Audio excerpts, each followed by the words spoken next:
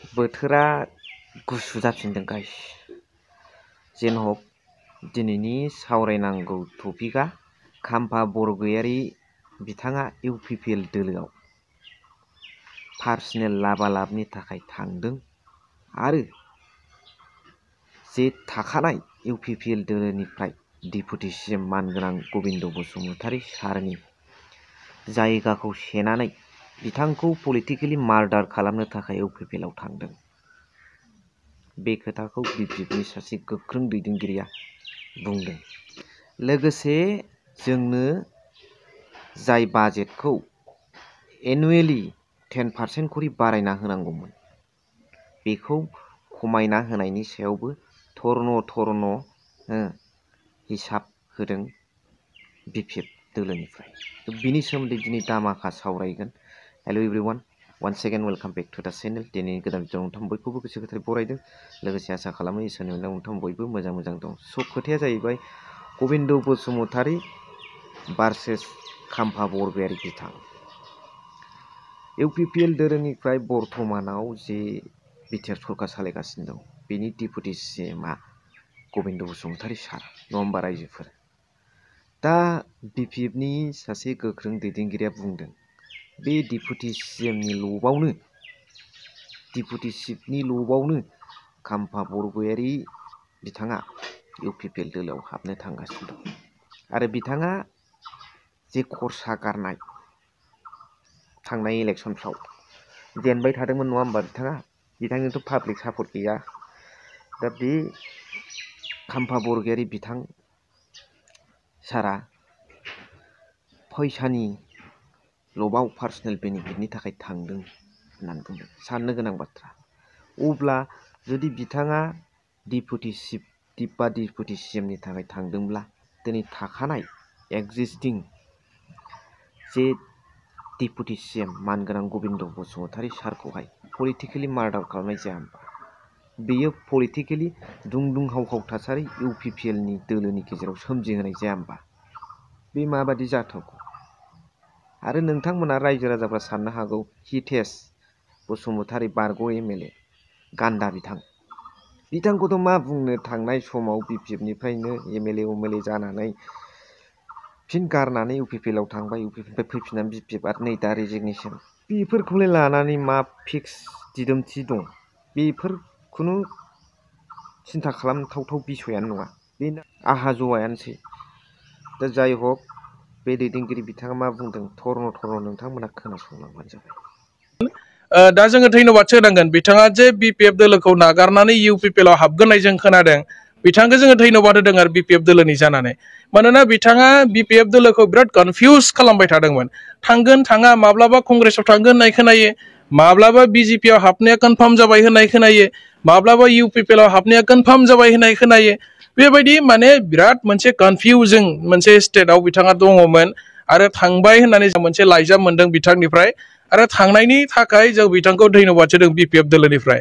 मानोना बिथाङा बेबायदि कनफिउसआव थाबाय थास्लायस्लाय थाङोबा थाल्ला जायो आरोखि, जोंहाबो खामानि मावनो सुबिदा जायो।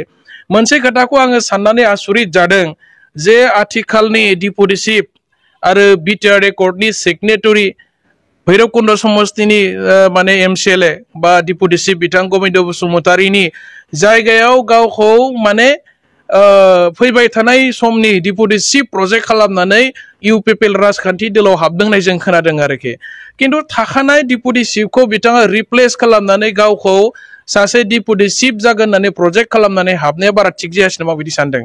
मानोना अलरेडि गबिन्द बसुमतारी बिथाङा दंखायो आरो बिथाङा सासे सिगनेटरि लं टाइम मोनसे आन्दोलननि गेजेरजों नेता जाबोनाय मानसि। दा बिथांखौ थोंजों माने पलिटिकेल मार्डार खालामनोसो इउपिपिएलआव हाबबाय नामा?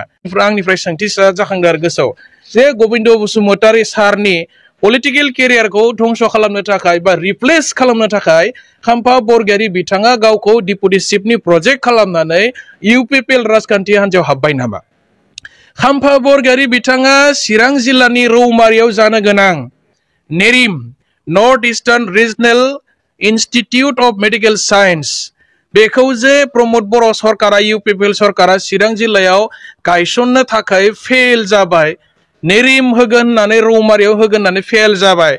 बिनि दायखौ बानस'नोसो खाम्फा बरगयारि बिथाङा इउपिपिएल आव हाबबाय नामा चिरां जिल्लानि सिङाव थानाय दांतल रेल स्टेशनाव रेल कोचनि फेक्टरि बानायगोन होननानै बिथांमोना बानायनो हायासै बिटिआर एकर्डनि सानाबो 5 बोसोर बारलांखाबाय बिनि दायखौ बानस'नो थाखायसो खाम्फा बरगयारि बिथाङा इउपिपिएल दलाव हाबबाय नामा बिटिसि खौ 60टा समष्टि 60 समष्टि दागोन होननाया दिनै इउपिपिएल सरकारा फेल जाबाय दा बेनि दायित्वखौ बानस'नो थाखायसो खाम्फा बरगयारि बिथाङा इउपिपिएल दलाव गाव हाबनानै लाहैबाय नामा जोंनि सेंग्रा सिख्लाफोर नखर नखर माने एडुकेटेड माने सेंग्रा सिख्लाफोर नखर नखर साकरि होननानै बुंनानै इउपिपिएल सरकारा दिनै फेल जाफैबाय बेनि दायखौ बानस'ना लानो थाखाय रायजो राजाजों रायजानो थाखाय खाम्फा बरगयारि बिथाङा इउपिपिएल दलाव हाबहैबाय नामा बेनि अनगायैबो बड'फा UN ब्रह्मनि मुङै माने cultural complex and research centre जानो गोनांमोन क'क्राझाराव बेखौ दिनै सेन्ट्रेल माने जोंनि इउनियन गभर्नमेन्टआ सेन्ट्रेल गभर्नमेन्टआ बाजेटआव थिसनासै दा बेनि दायखौ बानस'नो थाखाय खाम्फा बरगयारि बिथाङा इउपिपिएल दलाव हाबहैबाय नामा खाम्फा बरगयारि बिथाङा इउपिपिएलआ गाज्रि बे सरकारा जोंनि जातिनि थाखाय जेबो खामानि मावनो हाला बिटिसि जौगानायनि थाखाय जेबो खामानि मावनो हाला होननानै जोंखौनो माने खोथा बुंनो फोरोंग्रा मानसिया दिनै इउपिपिएलआव बोरै जइन जाखो माने आसरित साननो गोनां खोथा आरो ना पार्सनेल बेनिफिटनि थाखाय थांखो ना मानि थाखाय थांखो दा जोंनि गोसोआवहाय माने गोबां माने बेबायदि सोंथि जादों आरोखि दा नोंथांमोना दाखालै बावै साननैनि सिगां सेन्ट्रेल गभर्नमेन्टआ जोंनि बिटिसिनि माने डेभेलपमेन्टनि जि माने फान्ड 174.66 crore बे फैसाखौ दानख'नानै only 50 crore खालामबाय दा दिनै सानसेनि उनाव सानसे बे इउपिपिएल सरकारनि दिनाव बिटिसिनि गेजेरजों एकर्डनि गेजेरजों मोनबोनाय पावार एन्ड फांसन लोगोसे फाइनान्सियेल फान्डिंआ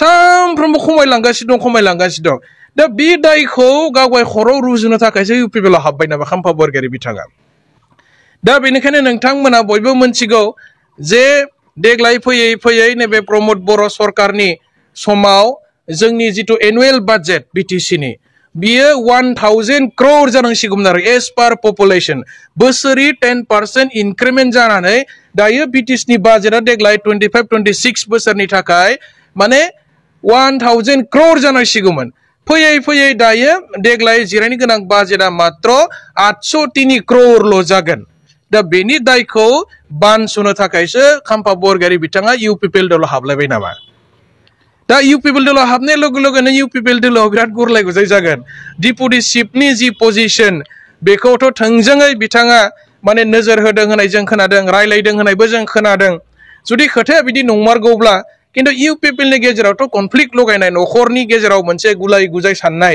बेबायदि सोमजिहोगोन नामा आरो मोनसे इन्टारेस्टिं खोथाया जाबाय जेसेबां गिदिर लिडारानो जायाथों मानो बिपिएफ दोलोनिफ्राय इउपिपिएल आव हाबनाय मानसिफोरा रावबो टिकेट मोनाखै बयबो टिकेटनि थाखायसो बन्चित जाहैदों हाबनानै गारना दोनजादों गिदिर बिबानबो होजायाखै आरो बेबायदि गोबां एग्जाम्पल दङ नोंथांमोना नुगोन बिपिएफ खौ नागारनानै खारनाय मानसिफ्रा उल्था बिपिएफ आव फैफिननाय गोबां माने एग्जाम्पल दङ आरोखि खोनानो मोनबाय जोबनायाव नोंथांमोना कमेन्ट्स हरबानो जाबाय थेंक इउ फर वाचिं